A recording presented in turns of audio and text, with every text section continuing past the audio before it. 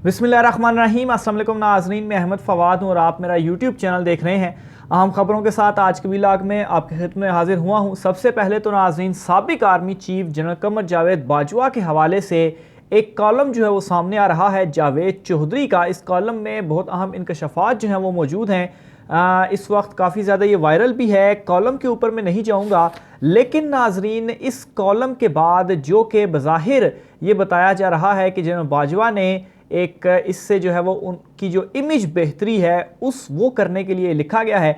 लेकिन नाज़रीन इसमें कुछ इकरार जो है वो मौजूद है और ख़ास तौर पर रिजीम चेंज ऑपरेशन का इसमें इकरार मौजूद है। कुछ 4 फैक्ट्स हैं इस कॉलम के हवाले से जो मैं आपके सामने रखूँगा, जिसके बाद सारी की सारी जो पिक्चर है इस वक्त सूरत हाल चल रही है इस कॉलम को लेकर और जनरल बाजवा को लेकर, वो एक तो आपके सामने क्लियर हो जाएगी। और इसके अलावा कैप्टन सफदर की एक एक अहम वीडियो जो है वो सामने आई है जिसमें वो एक इंटरव्यू दे रहे हैं और इस इंटरव्यू के अंदर लग ऐसे रहा है कि जो एक घर दामादी वाला एक उनका सिलसिला चल रहा था वो अब ख़त्म हो चुका है और वो ख़ुद भी इससे तंग आ चुके हैं और मरियम नवाज़ के अगेंस्ट जो है वो खुलकर कैप्टन सफदर भी बोल दिए हैं। इससे पहले खाकान अब्बासी और दीगर भी जो थे उन्होंने भी बोला। इस पर भी कोई तफसीलात हैं वो भी आपके सामने रखूँगा।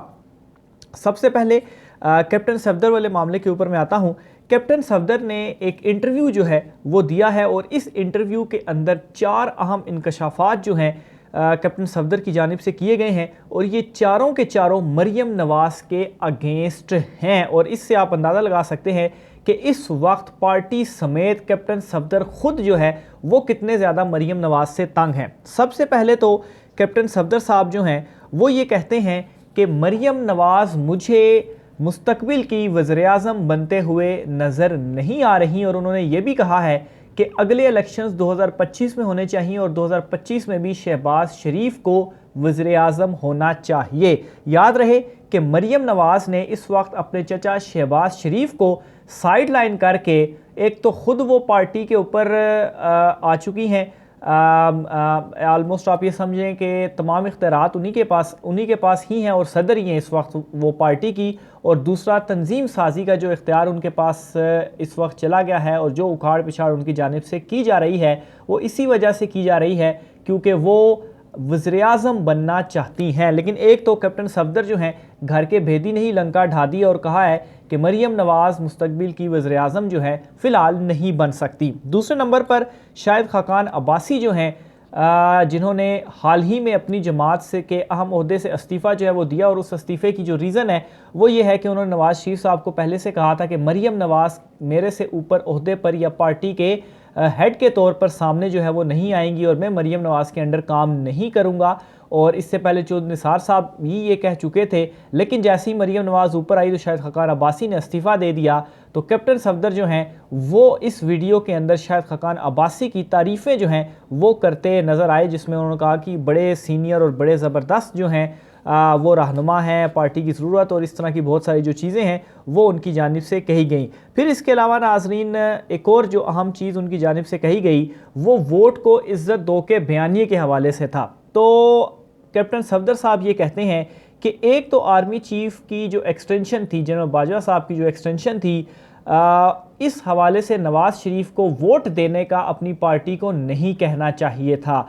यानी कि उन्होंने अच्छा आगे चलकर वो ये भी कहते हैं कि जिस दिन उन्होंने ये चीज़ की उसी दिन जो वोट को इज़्ज़त दो वाला बयानिया था वो ख़त्म हो गया था, वो दफन हो गया था और वोट को इज़्ज़त दो वाला बयानिया वोट को ज़िल्लत दो वाला बयानिया जो है वो बन चुका था। अज़ानें हो रही हैं, इसके बाद जो है वो मैं आगे कंटिन्यू करता हूँ।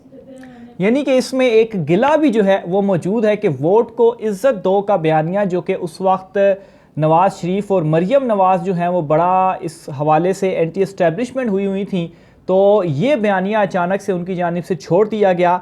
और इसके साथ साथ कैप्टन सफदर साहब ये भी कहते हैं कि जब ये बयानिया उन्होंने बनाया वोट को इज़्ज़त दो वाला, तो उस वक्त लोगों को ब्लैक बोर्ड के ऊपर लिख कर मैंने जो बयानिया था वो याद करवाया, लेकिन वही चीज़ के उन्होंने डील कर ली और फिर डील के नतीजे में आगे क्या हुआ वो सारा आपके सामने है। आखिर में नाजरीन कैप्टन सफदर की जानिब से एक और बात जो है वो कही गई है और इस बात को मेरे ख्याल से ये ठीक उनकी बात, इस चीज़ के ऊपर उन्हें अप्रिशिएट भी करना चाहिए।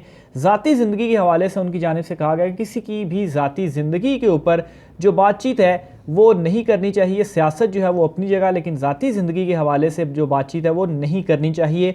और आजकल अगर आप देखें, थोड़ा सा मीडिया को भी अगर ऑब्ज़र्व करें तो सिर्फ़ और सिर्फ इमरान खान साहब के हवाले से जो एक केस है, वैसे तो बहुत सारी चीज़ों के ऊपर प्रोपेगेंडा जो है वो किया जा रहा है, लेकिन एक केस जो टेरियान वाइट वाला केस है, उस केस को बहुत ज़्यादा उठाया जा रहा है। यहाँ तक कि मरीम नवाज़ अपने तकरीरों के अंदर भी उस केस को जो है वो काफ़ी उठा रही हैं। और मेरे ख्याल से इसमें एक वार्निंग भी थी कैप्टन सफदर की जानिब से मरीम नवाज़ के लिए कि इस तरह से ना किया जाए, क्योंकि अगर उनकी ज़ाती ज़िंदगी के हवाले से दूसरी साइड से इस तरह की कोई चीज़ आई तो फिर उसके बाद जो है वो आपसे सहना नहीं होगा। तो ये 4 अहम चीज़ें थी जो कि कैप्टन सफदर की जानिब से कही गई हैं और जो अहम इंकशाफात जो हैं वो किए गए हैं। और इसके ऊपर ज़राए का ये दावा है कि मरीम नवाज़ ने इस बयान के ऊपर बुलाया कैप्टन सफदर को और काफ़ी उनकी जो सरजनिश थी वो की और उनसे कहा जी कि पार्टी पॉलिसी के ख़िलाफ़ जो बयानबाजी है वो आप ना करें। दूसरे नंबर पर नाज़रीन, जो जनरल बाजवा साहब के हवाले से एक कॉलम जावेद चौधरी का सामने आ रहा है।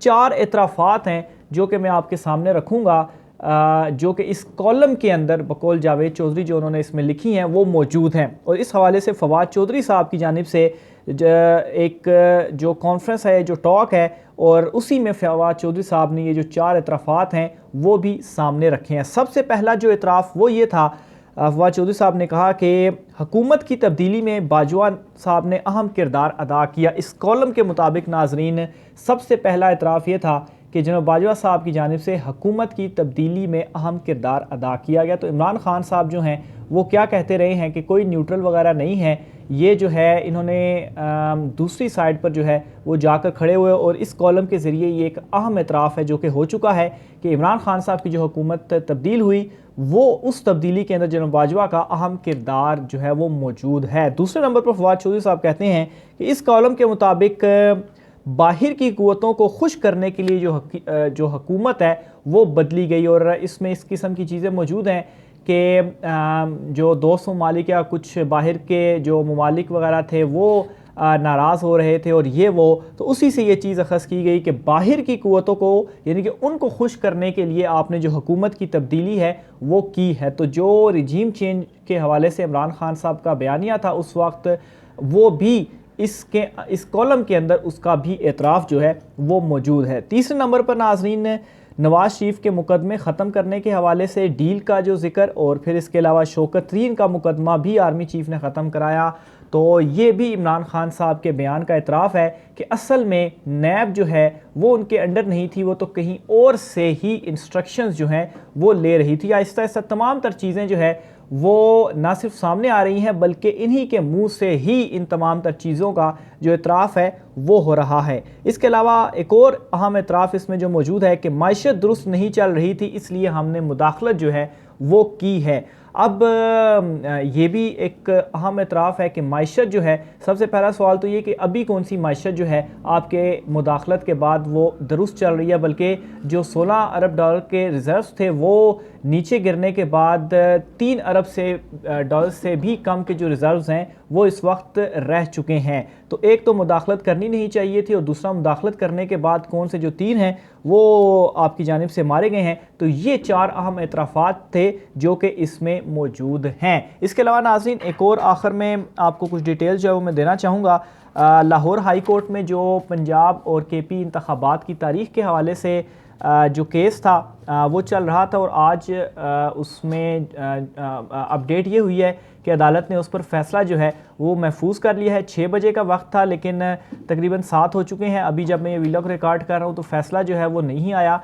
वो भी जो डिटेल्स आएंगी वो भी मैं आपके सामने रखूँगा। लेकिन नाज़रीन, इसमें आपको एक चीज़ मैं क्लियर करता चलूँ कि इलेक्शन कमीशन ऑफ पाकिस्तान ने कोर्ट के अंदर अपना ये मौक़िफ़ दिया है कि वो इलेक्शन करवाने के हवाले से कि वो जो है वो रेडी नहीं है, यानी कि इलेक्शन कमीशन का ये काम है कि उन्होंने इलेक्शन जो हैं वो 90 दिन के अंदर करवाने होते हैं। तो वो ये कह रहे हैं कि हम इलेक्शन करवाने के लिए रेडी ही नहीं है। और इसमें मैं आपको एक और भी चीज़ गिनवाना चाहूँगा कि अगर फ़र्ज़ करें लाहौर हाई कोर्ट से कोई ऑर्डर आ भी जाता है कोई तारीख़ के हवाले से, या जो एक्सपेक्टेड है, जो मेरी ऑब्जर्वेशन भी है कि सदर मुमलिकत को वो कह देंगे कि आप तारीख़ दे दें, क्योंकि अगर गवर्नर कैबिनेट से हल्फ नहीं लेता तो फिर उसके बाद सदर जो है वो हल्फ लेता है, और फिर इसके अलावा सदर के पास इस हवाले से एक इख्तियार भी मौजूद है। तो हो सकता है कि सदर मुमलिकत जो हैं वो तारीख की अनाउंसमेंट कर दें। लेकिन नाज़रीन, एक फ़ैसला जो हाई कोर्ट का आया था कुछ रोज़ कबल इस्लामाबाद में बल्दियाती इंतखाबात करवाने के हवाले से, वो इलेक्शन कमीशन ने इम्प्लीमेंट नहीं किया था।